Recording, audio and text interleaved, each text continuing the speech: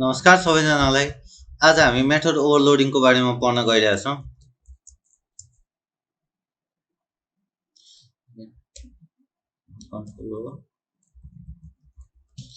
मैले योभन्दा अगाडि एउटा सानो प्रोग्राम लेखेको छ मेथड ओभरलोडिङको। यसलाई नि हेरौँ अनि यही अनुसारले अझै हामी थप्दै जानुपर्छ। ल, मेथड ओभरलोडिङको थ्योरी पार्ट हेरौँ है पहिला। Method same name of the method or method with same name but different argument are called method overloading। अहिले के भन्न खोज्दैछौँ भने यो मेथड हो नि है, इन्ट मल इन्ट ए इन्ट बी, यो मेथड हो। ए र इन्ट ए र इन्ट बी हाम्रो प्यारामिटर भयो। यसलाई हामीले आर्गुमेन्ट भन्छौँ। कस्तो आर्गुमेन्ट भन्दाखेरि फर्मल आर्गुमेन्ट है। एक्चुअल आर्गुमेन्ट भनेको त मुनिको यो यिनीहरू पार्टहरू एक्चुअल आर्गुमेन्ट भयो, यो फर्मल आर्गुमेन्ट। अब इन्ट भएको कारणले यसले चाहिँ के गर्छ, रिटर्न गर्छ भ्यालुहरू। त्यस्तै अर्को के गरेको छ हामीले, डेटा टाइप फ्लोट युज गर्यो मल भित्र हाम्रो के छ, अघि माथि इन्ट ए इन्ट बी थियो भने यहाँ मुनि के छ, फ्लोट ए फ्लोट बी है। यो हेर्नु त, मल इन्ट ए इन्ट बी, मल इन्ट ए इन्ट बी भनेको यो मेथडको नाम हो mul, name of the method mul. यहाँ पनि हेर्नु त सेम नेम छ, यो पनि मुनि के छ मल, माथि पनि के छ मल, तर भित्रको आर्गुमेन्ट पनि दुइटै छ। साइज हेर्नु त दुइटै छ नि, इन्ट ए इन्ट बी। यहाँ पनि हेर्नु फ्लोट ए फ्लोट बी है। अब int A int B float A float B भयो, return type A into B, return type A into B. Name त सेम छ है, तर आर्गुमेन्ट चाहिँ डिफ्रेन्ट। कसरी भयो भन्दा यहाँ माथि इन्ट इन्ट छ, यहाँ मुनि फ्लोट फ्लोट छ। मुनि हाम्रो एक्जिक्युसन कहाँबाट स्टार्ट हुन्छ भन्दा मेनबाट एक्जिक्युसन स्टार्ट हुन्छ। एक्सको भ्यालु 5 राख्यो, वाइको भ्यालु 2 राख्यो। त्यस्तै फ्लोट एनको भ्यालु 7 राख्यो, एमको value 3। X and Y are integer. यो पार्टमा हामी के भन्यो भने एक्स र वाइ इन्टिजर हो भने एन र एम चाहिँ हाम्रो के हो भन्दा फ्लोटिङ पोइन्ट नम्बर्स है। एन र एम भनेको चाहिँ भेरिएबल हो, जसले चाहिँ भ्यालुहरू एनले 7.0 भनेको फ्लोटिङ पोइन्ट सेभ गर्छ, एमले पनि फ्लोटिङ पोइन्ट, एक्स र वाइले इन्टिजर भ्यालु सेभ गर्छ। Okay, C out. अनि यो डबल कोटेसन भित्र भएको त जस्ताको त्यस्तै प्रिन्ट गर्यो। त्यसपछि हेर्नु त मल एक्स वाइ। अब एक्स र वाइ यहाँ के छ, हामीले यहाँ कमेन्टमा राख्छौँ, एक्स र वाइ माथिको के छ, इन्टिजर छ। एक्स र वाइ इन्टिजर छ। एकछिन है, यहाँ हेर्छु ल, तपाईँले हेर्न सक्नुहुन्छ यो एक्स र वाइ है। एक्स वाइ के हो, इन्टिजर हो। अनि मल एक्स वाइ भनेपछि यो मेथडमा जान्छ। कहाँ जान्छ, मेथडमा, मलमा जान्छ। अब यहाँ मल पनि कस्तो भन्दाखेरि दुइटै एन र एम भनेको मेथड हो, मल भनेको मेथड हो, एन र एम भनेको प्यारामिटर हो होइन। तपाईँको एनको एक्सको भ्यालु हाम्रो कहाँ गयो भन्दा एमा गयो। एक्सको भ्यालु कति छ, 5। यसलाई क्लियर गरौँ है। यहाँ हेर्न सक्नुहुन्छ है, एक्सको भ्यालु कति छ, 5, अनि वाइको भ्यालु कति छ, 2।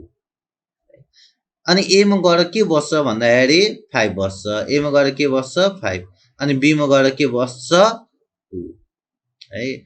मल अनि int A int b, return a into b भनेको 5 इन्टु 2 कति भयो, 10। यहाँ आएर 10 लिएर आएर प्रिन्ट गरिदिन्छ, product of integer 10। Okay, next. त्यस्तै हाम्रो स्ल्यास एनले नेक्स्ट लाइन भनेको हो ल। अनि प्रोडक्ट अफ फ्लोटिङ पोइन्ट, यो जस्ता त्यस्तै प्रिन्ट गर्छ, डबल कोटेसन भित्र भएको छ सी आउटको। मल एनएम, अब यहाँ एन र एम के छ, 7 र 3, यो फ्लोटिङ पोइन्ट हो है। अब यसले कहाँ लान्छ भन्दाखेरि तपाईँको यसले लाने भनेको चाहिँ यहाँबाट यो पार्टमा लान्छ। किन भन्दाखेरि तपाईँको भित्रको प्यारामिटर एन र एम के छ, फ्लोटिङ पोइन्ट छ। अनि रिटर्न ए इन्टु बी भनेको 7 3 21 रिटर्न गरिदिन्छ, 21.0 रिटर्न गरिदिन्छ। यसलाई रन गरेर हेरौँ है हामीले। ओके, यसलाई रन गरेर हेरौँ। Okay, product of integer 10, product of floating point 21। अब हामीलाई अब के आउँछ भन्दाखेरि method with same name blood different argument. अब यो आर्गुमेन्ट यतिले मात्र हुन्छ कि सपोज ल मैले तपाईँलाई के गर्दै भन्दा एउटा के गर्दै, int A comma int B, या तपाईँलाई अघिकै कुरामा float A, okay, int B अनि इन्ट सी है, एबिसी गर्दै, अनि रिटर्नमा के गर्दै, A into B into C.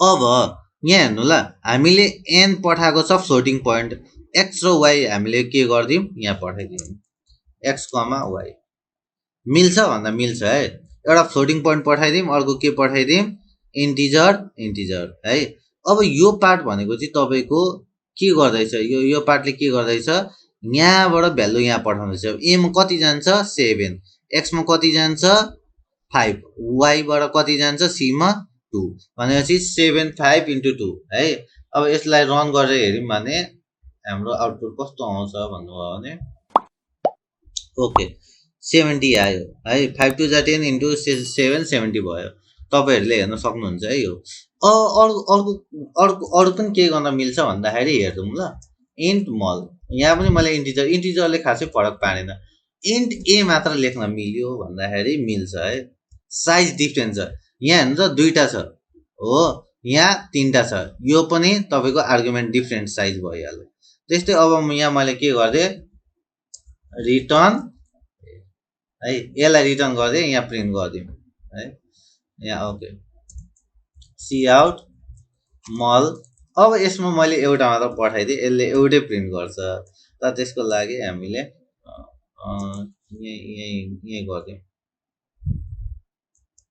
Double कोटेसनहरू त म ओन्ली रिटर्निङ भ्यालु भनेर लेखिदिन्छु only returning value okay okay ल अब यसलाई प्रिन्ट गरेर हेरौँ ल हेर्नु त यसले ओन्ली रिटर्निङ भ्यालु कति गरेको छ वाइको भ्यालु 2 यो यहाँ जान्छ भनेपछि साइजले पनि डिफर गर्छ यो एउटा मात्र भ्यालु पठाएको छ त्यही भएर यो एक्सेप्ट भयो है तर अब हाम्रो यहाँ हेर्नु ल प्रब्लम कहाँ आउँछ भन्दाखेरि तपाईँको मैले यो मेथडको नाम सेम राखेँ है इन्ट मल अनि माथिको पनि जस्ता हो त्यस्तै लेख्यो भने यसले चाहिँ तपाईँलाई के गर्छ मिस्टेक क्रिएट गर्छ RETURN return a into b okay ल सेम कुरा गरेर देखाइदिन्छु है म